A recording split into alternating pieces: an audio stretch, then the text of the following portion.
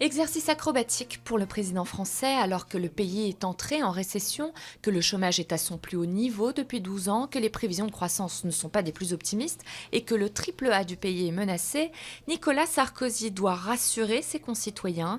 Un exercice important, périlleux, à quelques mois maintenant de la présidentielle et des législatives. Deux importants groupes d'opposition syriens ont décidé d'unir leurs forces pour se préparer à la chute de Bachar el-Assad.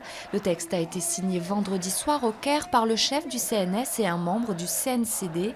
L'accord rejette toute intervention militaire qui porterait atteinte à la souveraineté et à l'indépendance du pays. Vendredi encore, ils étaient des centaines de milliers de manifestants à braver le régime pour demander un changement politique. La tension monte en Turquie depuis la mort de 35 contrebandiers kurdes confondus avec des rebelles du PKK.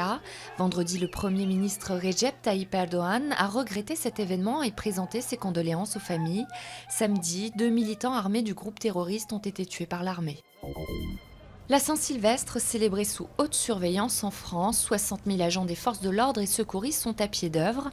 Le ministère de l'Intérieur a recommandé au préfet la restriction de vente d'essence au détail. L'objectif est de limiter le nombre d'incendies volontaires de voitures. Par ailleurs, la vente à emporter de boissons alcoolisées ou dans un contenant en verre est interdite dans beaucoup de lieux, comme aux Champs-Élysées. Bonne année! Voici une tradition très originale dans un pays qui fête le Nouvel An dans un climat plus que clément. En Uruguay, la coutume veut que l'on se lance des bombes d'eau dans les rues de Montevideo, des jeux qui ne séduisent pas tous les passants.